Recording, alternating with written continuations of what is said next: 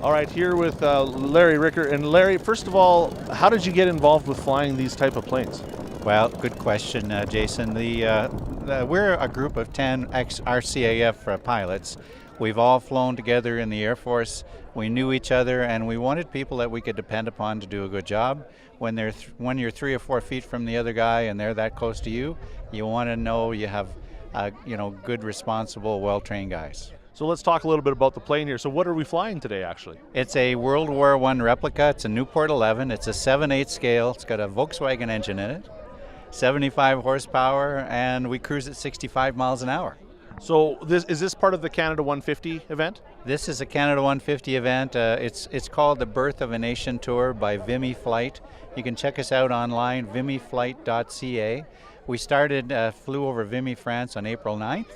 We came back to Nova Scotia, and we've been going across Canada, one community at a time, being passed by school buses, but that's okay. We're bringing the story of the Battle of Vimy Ridge here, of the bravery and the commitment and sacrifice of Canadian men and women all across the country. All right, so let's talk about your flight today. First of all, you were supposed to be here yesterday, but the winds in Saskatoon were quite crazy, I heard. They were. They were up to 35 knots, which is way above our safe speed. So we elected to stay on the ground, and today we came up to Commemorate. We had to change a battery in Saskatoon before we left, so that took a little while. A battery had died, so we did that. Came up to Commemorate, had lunch, met some amazing people there, and then came up here. So you guys are here for supper tonight, and then where you're heading to next? Well, next we're going over to the Winters Air Park, which is 16 miles southeast of Calgary. We have an event at the Hangar Museum in Calgary on the weekend where we will be flying over Calgary and the museum every morning at 11:30 and afternoon. And we'll be doing events at the museum where we do give a talk about Vimy Ridge. And Peter, you're one of the flyers of these beautiful planes. How did you get involved with this? Well, that's an interesting story. There was a gentleman, and he's actually going to be in Calgary a little later, a gentleman called Alan Snowy. He's our skipper, and Alan had this dream to fly over Vimy on the 100th anniversary. And we had a group of these airplanes flying out on the west coast, actually. We decided that we were going to try and take them all the way over to Vimy and fly. And as we were over there, we thought, well, why not fly them back across Canada, bring Vimy back to Canada, because an awful lot of Canadians were not lucky enough to go over and commemorate at Vimy. So instead of that, we're bringing a little bit of Vimy back and telling the story of Vimy. And it's also for us a great way of recognizing all the veterans, past, present, and future as well, thanking them for what they do for us. Well, and I see you guys have a dinner tonight with the Legion members, and you're probably connecting with all the Legions as you stop at every community? That's correct, yes we are, and they've been superbly helpful to us all the way along, setting up all these visits and the likes, and that's exactly what we wanted, to recognize those folks in the Legions. And everywhere we go, we find people with these tremendous stories, often people with parents that fought in, or dads that fought in Vimy, or grandparents or something, so it's wonderful to hear their stories. All right, so let's talk a little bit about the flight that you've had across the country. You know, you've probably been in so many communities, you probably can't even count how many. Actually, because we're all still working, we're all mainly Air Canada pilots, we take it in turns, and we got a roster of about 10 pilots. So I've not done a whole lot, but the communities I have been in, I had so much fun. It's just wonderful visiting with everybody. It's just a positive thing.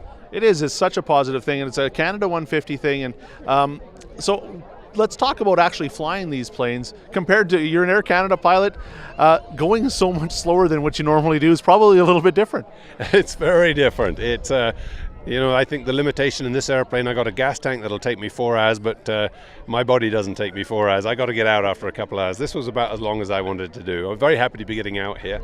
It's a lot of fun though. It's straight back to the very start, of dawn of aviation, open cockpit, just navigating by the features on the ground, and it's interesting what they started with. There's some vices to these old airplanes on the ground, especially. They're a little bit tricky to handle, so it's fun. Well, it's kind of amazing, the innovation. Yeah. This is where we've come from, and now where we are now. Yeah, and this was the top fighter for a few months in 1917, and I think it was designed in 1913, and 1909 first flight. So just a few years after the very first flight, and they were fighting these things. And these are fine airplanes. It was amazing how fast they came. Well, and you were talking a little bit about the machine guns, and just explain how they would have to change the magazines for a machine gun on one of these planes. Yeah, initially these planes were flying and fighting before they'd invented the synchronized machine gun through the propeller. So they had a Lewis machine gun on the top wing, and they had a drum on the top of that to hold the bullets. And once that was exhausted, they had some extra drums, and the poor guy had to unstrap, step up, hold the control column probably between his knees as he sort of stretched to the top wing and changed the drum.